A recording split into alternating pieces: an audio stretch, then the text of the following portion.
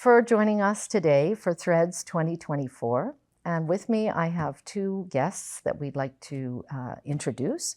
So first is Dr. David Lane, Lecturer of Psychology at St. Thomas More College at the University of Saskatchewan, and Laurie Steward from Global Gathering Place, who is a finance and operating manager, as well as overseeing client care team. So welcome. Thank you. Thank you. So I'd like to have a discussion today around trauma and resiliency. And what we want to explore is the point at which one becomes broken down, so we could say trauma, as a result of challenges versus the point that creates enhancement, which we may call resiliency. So if I was to give an example and use, let's say, exercise as a metaphor, if one exercises their muscles on a regular basis so that they become stronger, so that when they have to lift something, they're capable of lifting a heavy object, is that helpful to constantly exercise our muscles? And we should understand that the larger looking muscles don't always necessarily indicate an enhanced ability to do heavy lifting. So let's start with, for example, how would you define resiliency? How is resiliency identified?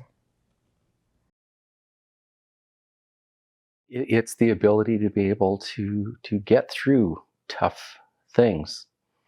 And your mentioning of points, I think that really I have heard resiliency described in psychological literature as being a journey rather than a point.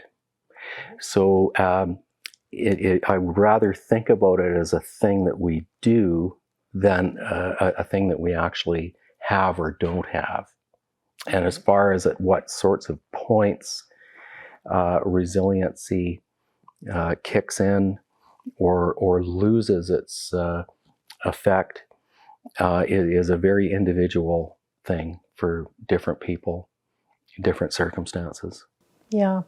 For me, when I think about resiliency when it comes to our clients, it's kind of how quickly they bounce back from difficulties or how willing they are to accept new ideas and incorporate them into what they do every day. And it's really that ability to move on from difficult things. So trauma happens, it hurts, it's really terrible, and they are impacted just as anyone else is. But somehow those individuals who seem to show more resiliency, they're able to move beyond it or grow from it or incorporate it into their lives so it doesn't impede everything that lies before them.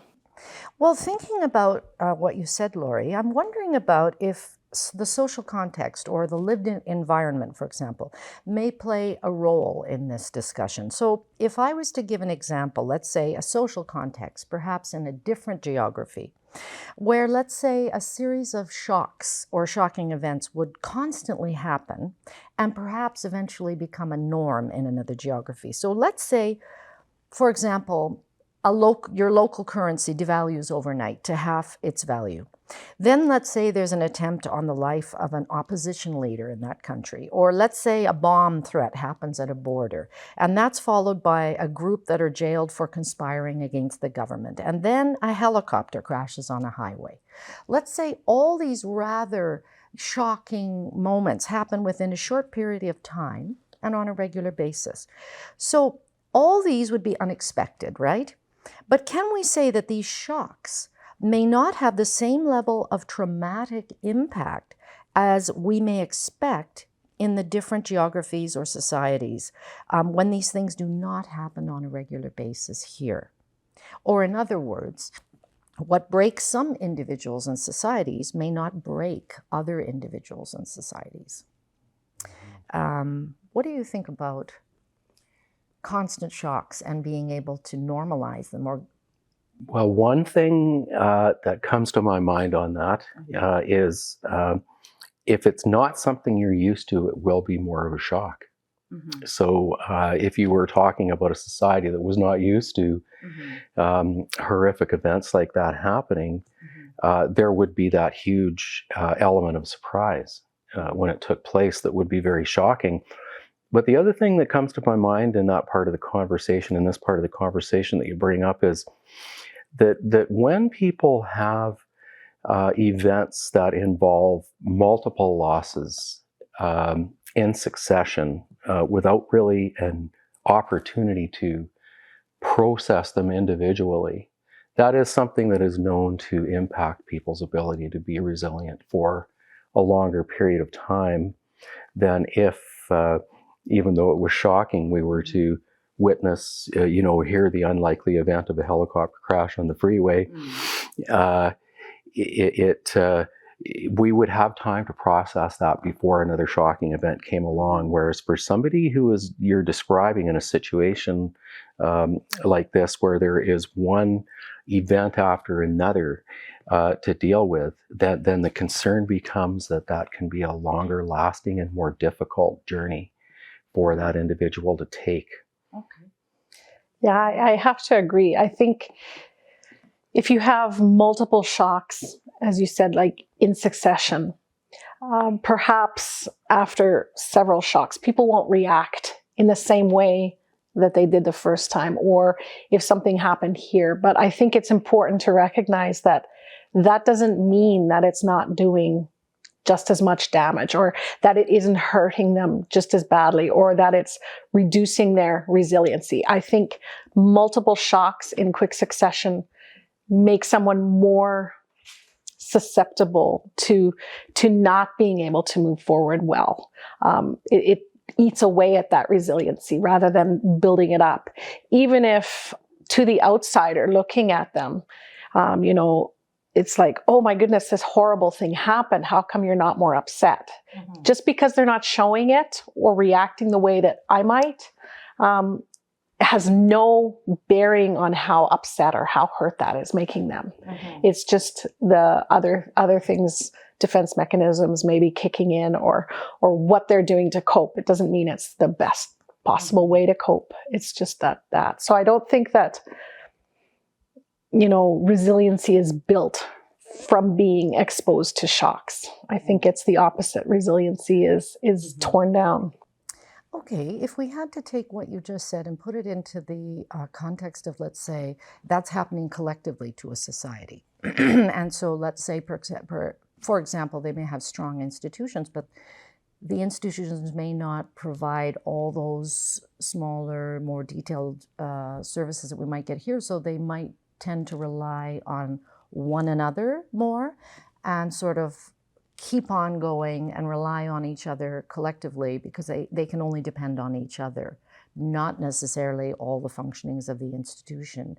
Do you think that would help, in a certain sense, resiliency and being able to keep going?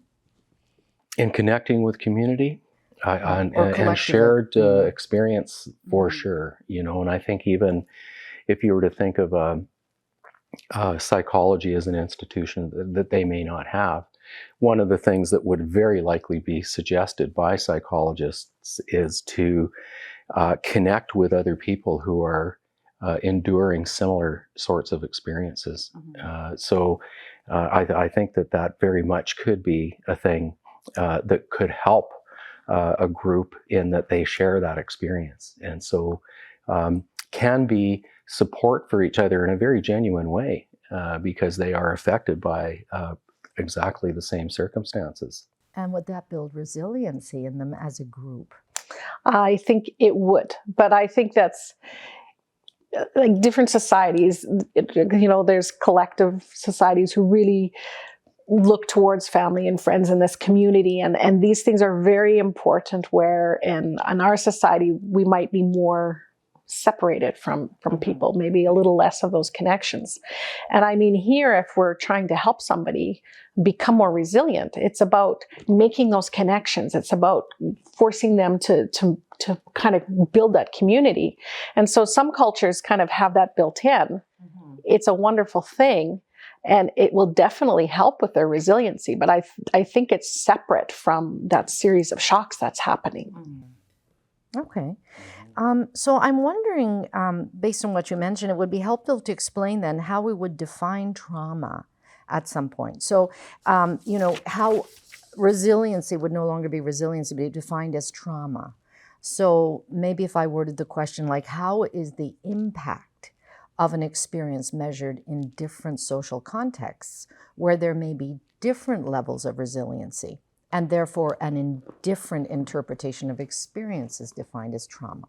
So in short, what we might define as trauma, may they necessarily define as trauma? Yeah, I sure see your point, and in getting prepared a bit more and reading up a bit more about trauma, uh, the one thing that I certainly noticed was how often it is used in different ways in different contexts by different people, and we had discussed that sometimes it's really a biological sort of a thing where a tissue damage happened suddenly, and so it was called a trauma in a biological sense. In psychological sense, it'll be an emotional reaction to an event, to a horrific, unwanted event. When it becomes what would be called clinically traumatic, that would be the decision that would be made by a clinical psychologist in my field, who would determine the extent to which that trauma had begun to influence almost every aspect of that person's life, that they were not able to carry on as normal. They were not able to move on and start to, in any way, build meaning out of that trauma, which is something that does happen to people that you touched on briefly in your last comment as well. Some are able to do that better than others, and some are able to resist the event bothering them as much as others are. So, again, one thing that we've come back to in the discussion about this once before already is that the individual is very much unique in how they go about managing. Yeah, I was actually, I'll build right upon that. So, I mean, I can't speak from a clinical perspective or from, kind of that more theoretical. I can only speak to what I see when I'm working with individuals. And so when I have an individual in front of me, when I talked about resiliency, I was saying that it's how well they bounce back. It's how well they move forward or build meaning or grow from what's happened to them. And so by extension, trauma is somebody who isn't bouncing back, who isn't doing those things. And so when I'm working with that individual, I'm not going to be treating trauma. That's not what kind of we're doing. That's not what I'm about. But I'm going to try to build those supports and help them to move forward, to bounce back. And hopefully after, maybe a year or two of working with them, but not on this problem, on all the other things that are related to their settlement. So, I mean, do you speak English? Have you got a real good circle of friends? If not, let's get you involved in this program, in this program, in this program. Do you have connections back home with your family? Well, how can we build those? And so it's treating all these other little things, if you will. And when you kind of get all that put together, at the end, you will find a much more resilient individual. And the interesting thing is, within a single family who underwent the same traumatic experiences and the same cultural background and the same journey here, each one of those will react to it differently. So all we can do is work with that individual where they are today when they're meeting you. Well, it sounds like you're building the cultural capital back around them as a sort of padding in some way to strengthen the resiliency that we might think is lost. And just to come back to your point about the clinical psychologist who will decide, do you have any reference points? So at what point do they decide, like, what is not bouncing back? What signs are they using in the sense for defining that, or, as trauma, or even if they're losing their resiliency? Do you know those points Now, and how they're found? And I would make the same point as well, is that as someone with an experimental psychology background, my connection to the field is not as a clinician. And even though I know quite a bit about clinical issues in psychology, I also wouldn't diagnose. And I would leave that up to a person who is versed in doing that. And I do know that they do look for checklists of things to try and help them in that assessment. And it is ultimately an assessment that's made if someone has reached a clinical level or not. But the things that they will be looking for are the extent to which it interferes with normal daily life on an ongoing basis in making that diagnosis. But again, now a person who diagnoses trauma will meet many people and diagnose many people and get good at what they're doing as a result of that particular experience. So I think it's always a good idea to let people who are specialists in their area of expertise do their work. So I appreciate the comment that you made that I don't diagnose. I try and help people. I try and connect people with things that I know will help them manage their circumstances and their it will help their well-being. Right. All right. Well, I guess that checklist, we can't necessarily list a checklist, but I think you would also understand very well that, there's layers here of all the things that could be traumatic. I mean, often, or do clinical psychologists, I'm not sure if we could speak on their behalf, but, overlook that their thoughts that the trauma comes from something else, from other experiences, actually might be also a combined trauma, if you will, of all the other barriers they have to face here.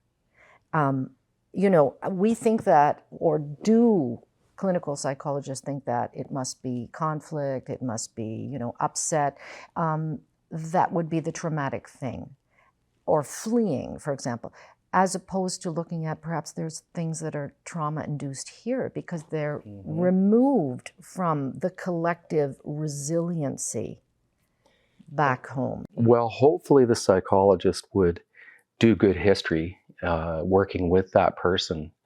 But part of the point that comes to my mind as well, one of the grad students working in psychology right now here at the university that I have familiarity with their work with, is looking at the experiences of pain through the lens of different culture.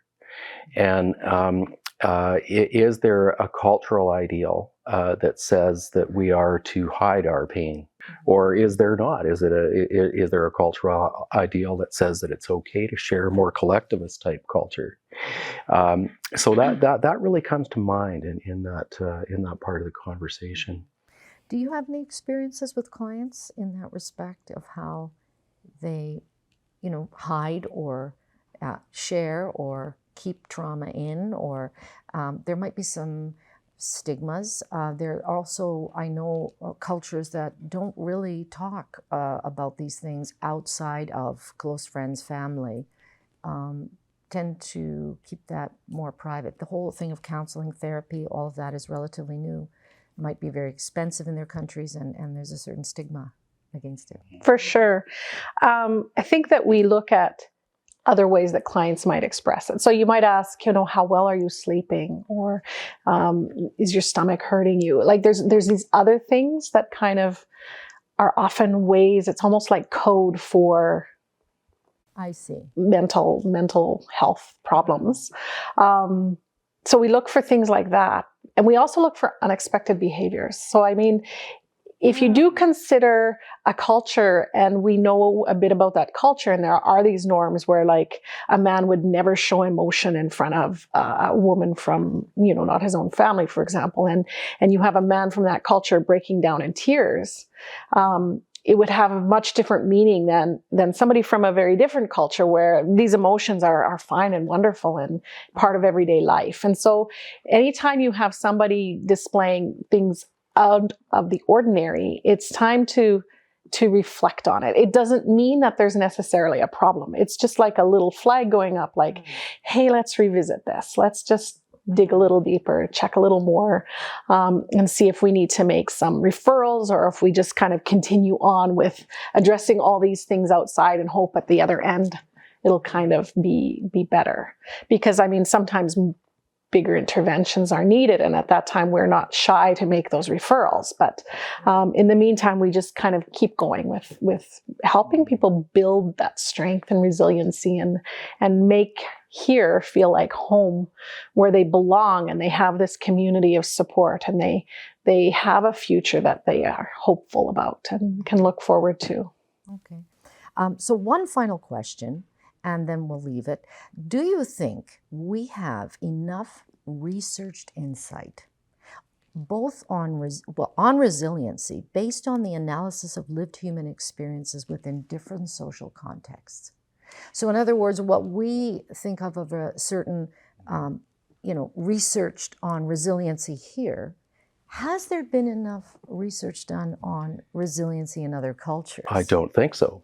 And because I don't know if you could do enough. Why not? Because the more understanding that you have, the better. Research moves forward. A former mentor of mine in psychology would say that research there's very few studies that are really paradigm shifting, groundbreaking. Mostly what it is chipping away at a wall of ignorance.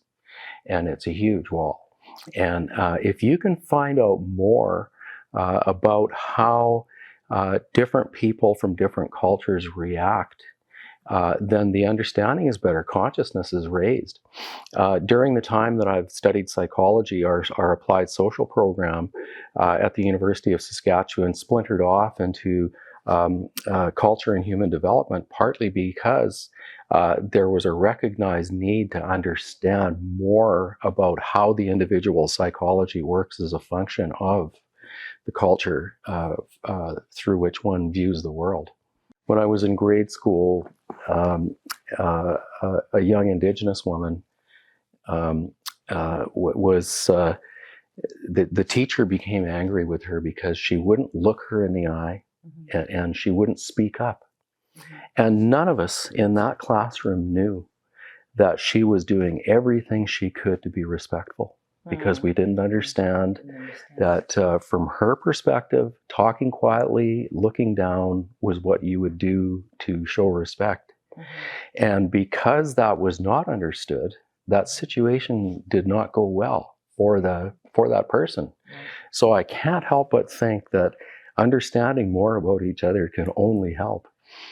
All right. Well, on that note, then, I would look forward to people knowing more about the resiliency that is found in other cultures and their strengths, and how they just want a chance to live and create and use their resiliency to come out of things, and not necessarily to be labeled with trauma.